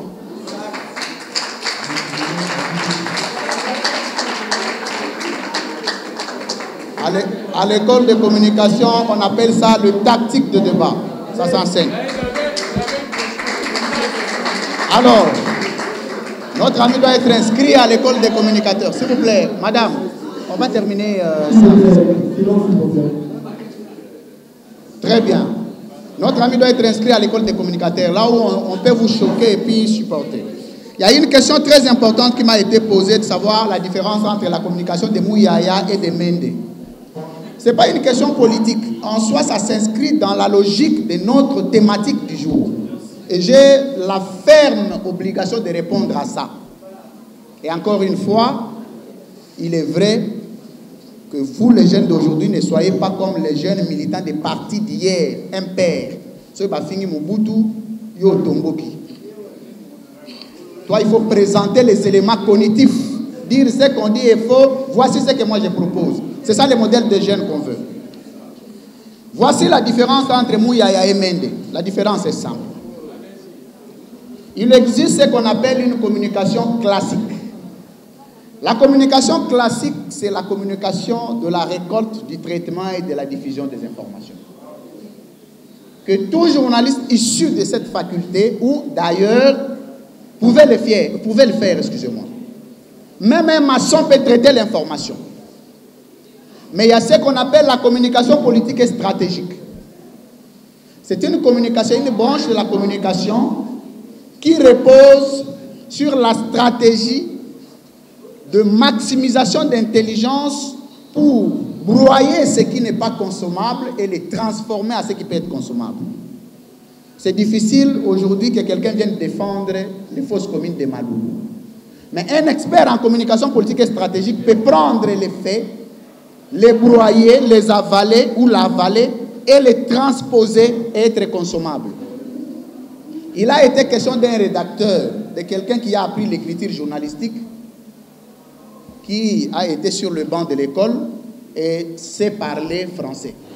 Et quelqu'un qui a étudié comment déjouer une crise de communication. Par exemple, là, je peux être là, toi tu es là, tu m'attaques frontalement.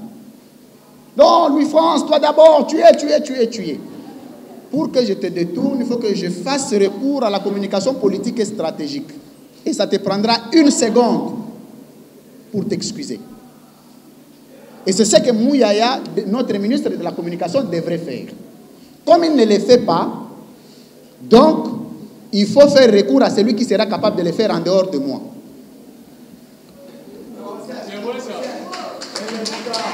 Alors, il y a une question qui a été posée ici. Est-ce qu'on peut aller dans la diplomatie? Mon ami, je vais définir c'est quoi la diplomatie.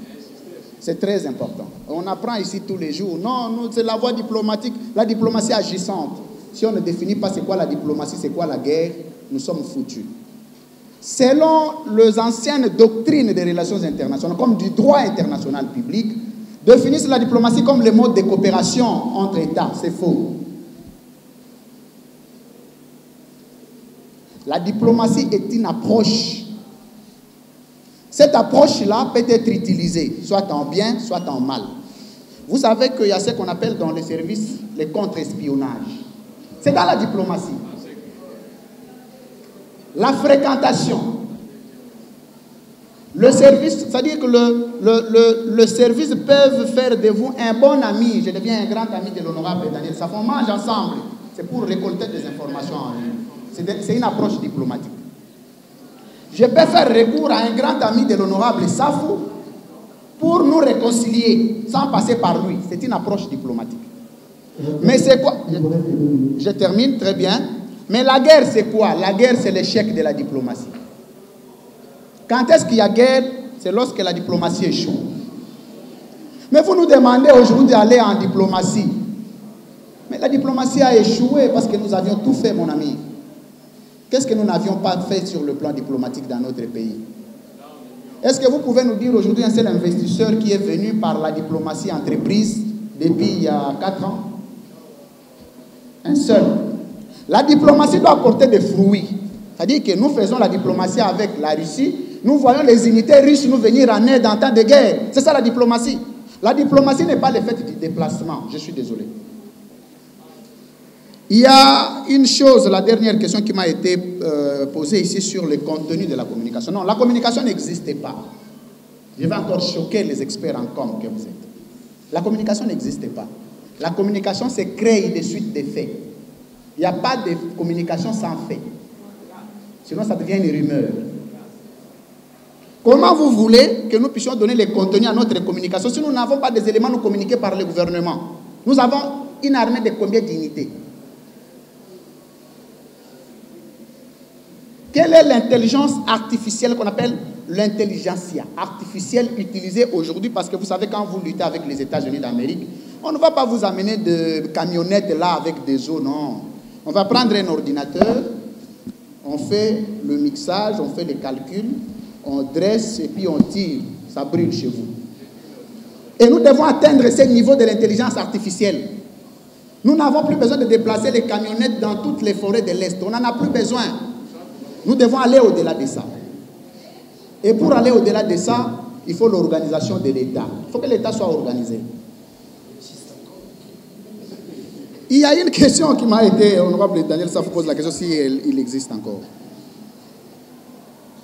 Pourquoi on fait recours comme si c'était des Koulouna, de ceci? Non, il y a ce qu'on appelle un État défaillant. Un État qui existe de par son aperçu juridique international, mais un État qui n'existe pas dans sa considération politique internationale. Avec quel État nous pouvons nous battre aujourd'hui? Celui qui connaît un seul État qui peut faire face avec le Congo et échouer, qu'il lève la main. Même dans le monde. Nous avons 192 États répertoriés juridiquement. Pardon?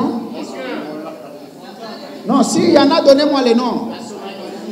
Très bien. Dites-moi, la Somalie a fait combien de morts depuis 2022? Depuis que cet État, depuis que nous sommes entrés en 2022. La Somalie a perdu combien de patriotes en temps de crise, de guerre? Voilà. C'est cet État que nous voulons. Nous n'avons plus besoin de bâtir un État de plainte. Nous avons tout dans notre pays. Vous savez l'élite que nous voulons construire aujourd'hui. Hein? C'est cette élite qui se lèvera pour dire Kagame n'est pas grand. C'est nous qui les rendons grands. Sur le plan de la configuration géopolitique, il y a quelqu'un qui a parlé de la géostratégie ici. Voici la tactique, voici la stratégie. D'ici Rwanda, déjà le Rwanda ne peut pas atteindre la capitale congolaise de par sa situation géographique. Si le Rwanda, à travers Kigali, doit se battre avec la RDC, c'est à travers Goma. Et nous pouvons créer une base logistique secondaire pour détruire Kigali, mais Kigali ne détruira jamais Kinshasa. Donc cette guerre à l'Est, c'est à notre avantage. Nous pouvons repousser les Rwandais vers Kigali, mais aucun Rwandais ne peut repousser les Congolais vers Kinshasa. Parce que la situation géographique nous profite. Qu'est-ce qu'on en fait? Et en plus, je vais terminer par cet élément. On n'aime pas parler du renseignement. On parle du renseignement dans un état pur. Ce n'est pas le renseignement des traquages des journalistes. Le renseignement comme branche séculière de l'État, séculière de l'État. Pour traverser une frontière d'un État à un autre, vous devez être identifié. Mais il y a des Chinois qui vivent dans ces pays qui n'ont aucun document. Nous ne sommes rien contre les Chinois ni les Indiens. Nous sommes un pays qui aime vivre avec les autres. Mais vivez quand même avec les documents. Venez avec un document, un séjour défini, on sait que vous venez tel jour, vous partez tel jour. Vous venez ici, sans document, vous épousez des femmes, vous commencez à exploiter les minerais. Construisons, pour terminer, construisons un État fort. Et l'État fort ne se construira pas avec le dirigeant ici, mais c'est avec nous. Jeunes Congolais, prenons rendez-vous en 2028. Vous serez pour la première fois témoins de l'organisation d'un État. Merci.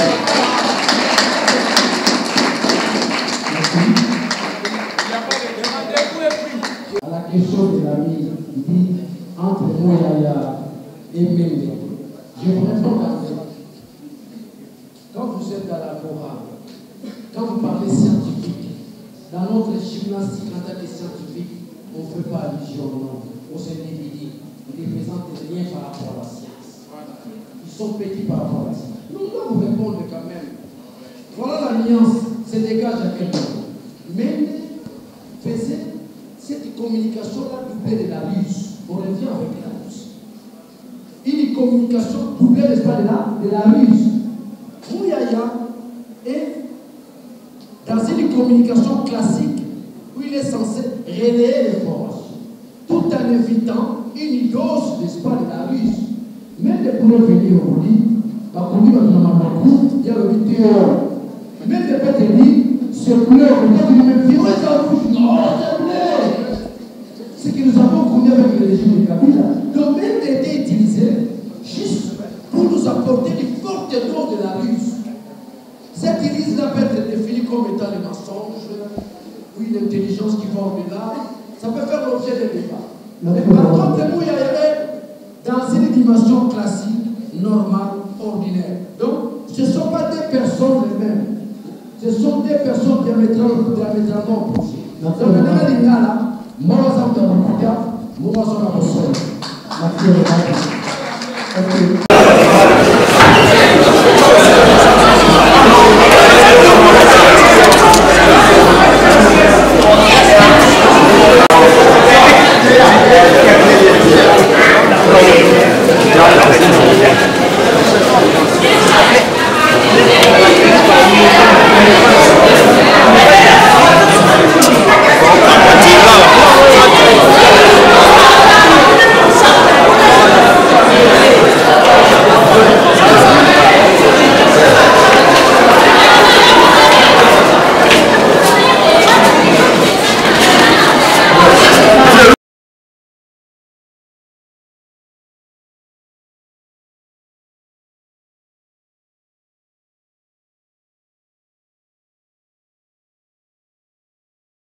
Nous avons essayé de déplacer ce jour en débat de Larry pour le replacer dans un contexte épistémologique précis. C'est-à-dire, le Congolais et les compatriotes avaient besoin de savoir ce jour, face à cette situation que traverse notre pays, quelle est l'attitude communicationnelle qu'il fallait avoir, non seulement vis-à-vis de l'agresseur, parce que la communication peut jouer à la psychologie de l'ennemi, mais aussi nous avions besoin de proposer quelques mesures palliatives au gouvernement de la République pour savoir ce qu'il faut planifier, organiser et encadrer à ce jour et fournir à la population congolaise à la consommation, ce que nous appelons communication de crise. Nous avions passé un moment d'échange extraordinaire avec les compatriotes intellectuels de ces pays. Nous espérons que ça ne sera pas la dernière fois. Toutes les portes nous seront ouvertes pour continuer à relayer ce message de recherche que nous continuerons à amener à nos compatriotes. Le pays est en danger, mais ce danger ne peut pas être entretenu par notre indifférence. Nous avons besoin de faire quelque chose et nous avons apporté notre modeste expertise et nous espérons aussi que chacun de nous peut apporter modestement sa pierre pour que le Congo devienne plus que le Rwanda.